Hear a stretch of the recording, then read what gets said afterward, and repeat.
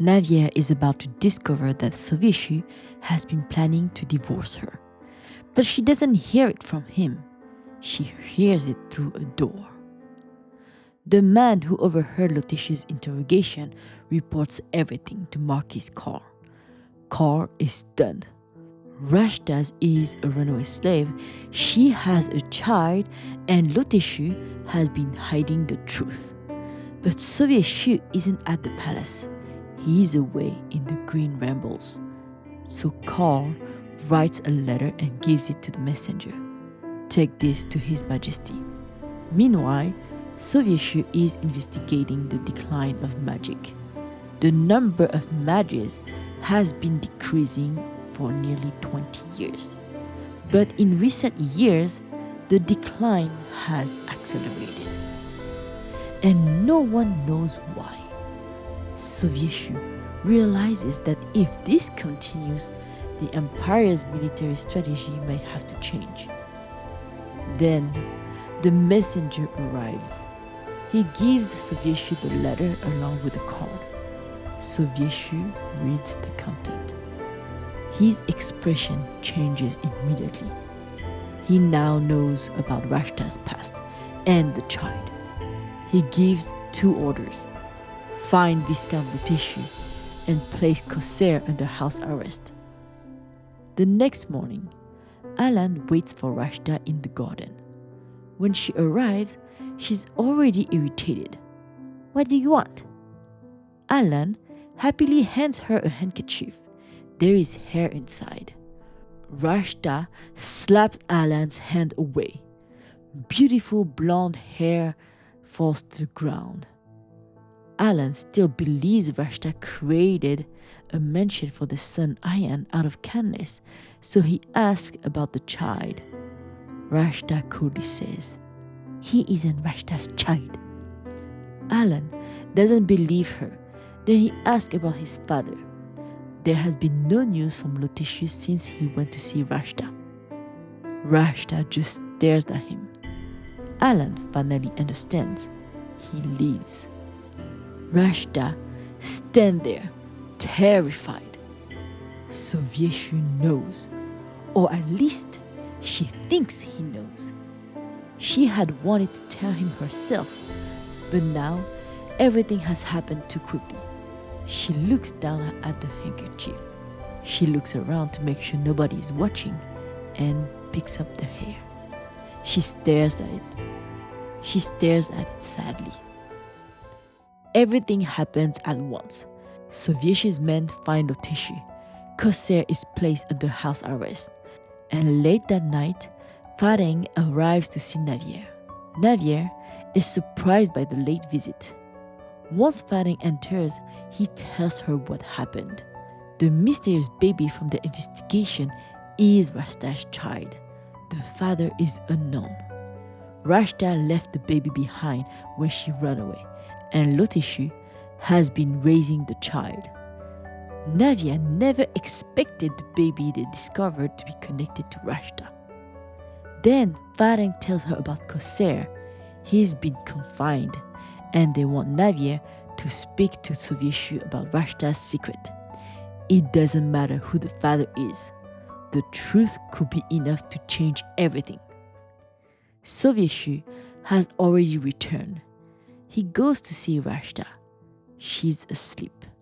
He doesn't wake her. He doesn't care that she had a lover. What bothers him is that she abandoned a child and lied to him. Then he notices the handkerchief, the hair inside it. He immediately realizes it isn't Rashta's hair. Rashta wakes up and sees him holding it. She panics and quickly grabs the hair and hides it. Then she claims she trimmed her hair earlier. Sovieshu just goes along with it. He simply tells her to rest. But Rashta is furious. Once he's gone, she throws the hair onto the floor. Sovieshu returns to his office. Marquis Carl is there. And Sovieshu drops a bombshell. He is considering a divorce. Carl assumes he means Rashta.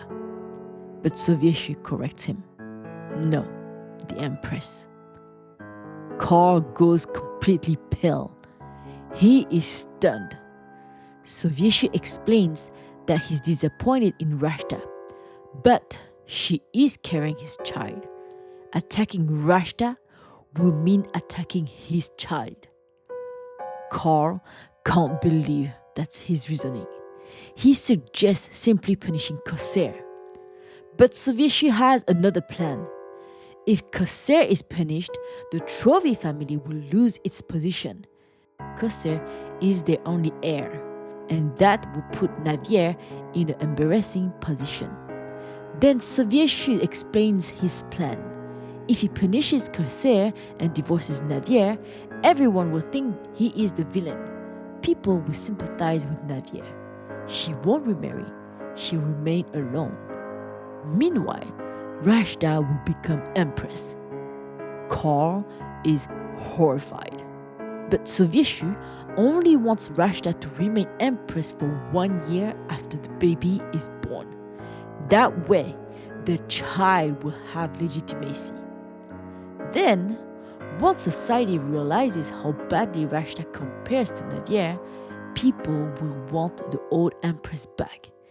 And Sovieshu will restore Navier. The whole process will take about 2 years. Karl is speechless. Then he asks what happens if Navier has another child later. Sovieshu says she's infertile. Karl can't believe it. Why are you so sure? Then Karl asks about Rashta's past. Is Sovieshu planning to hide that she was a slave? Sovieshu has already thought of a solution. He plans to have Rashta join a moderately ruined noble family. Karl isn't convinced she'll willingly step down after becoming Empress. Sovieshu doesn't think Rashta is greedy.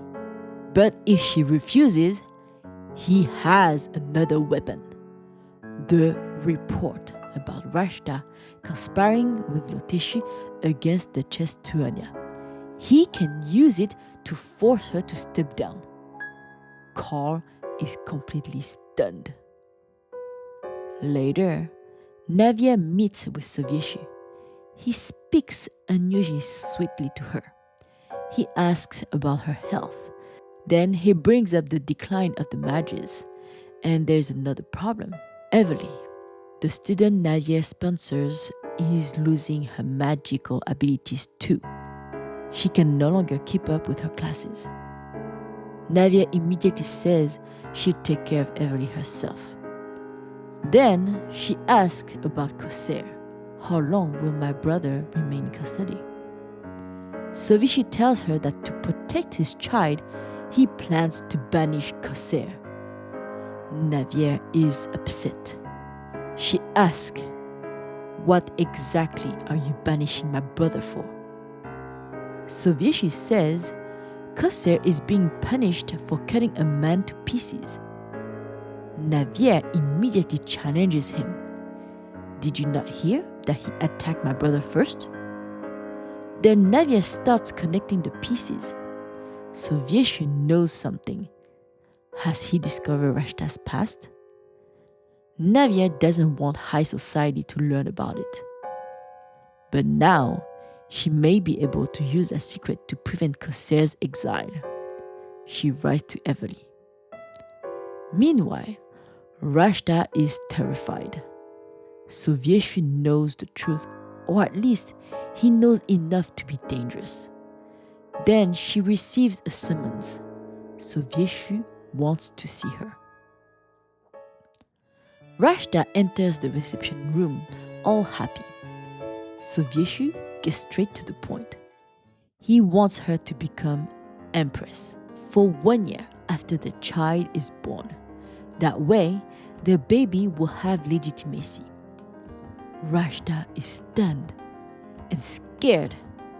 This is the opportunity she's always wanted. But now that it's actually in front of her, she isn't sure she's ready. But if she refuses, Will this opportunity ever come again? Then she starts thinking, maybe if she studies hard and performs well, she won't have to step down after 1 year. Maybe she could stay Empress permanently. Rashta then asks about Navier. Meanwhile, Navier walks through the palace. She passes Viscountess Verdi. Then she approaches the reception room. The door is opened. Navier stops.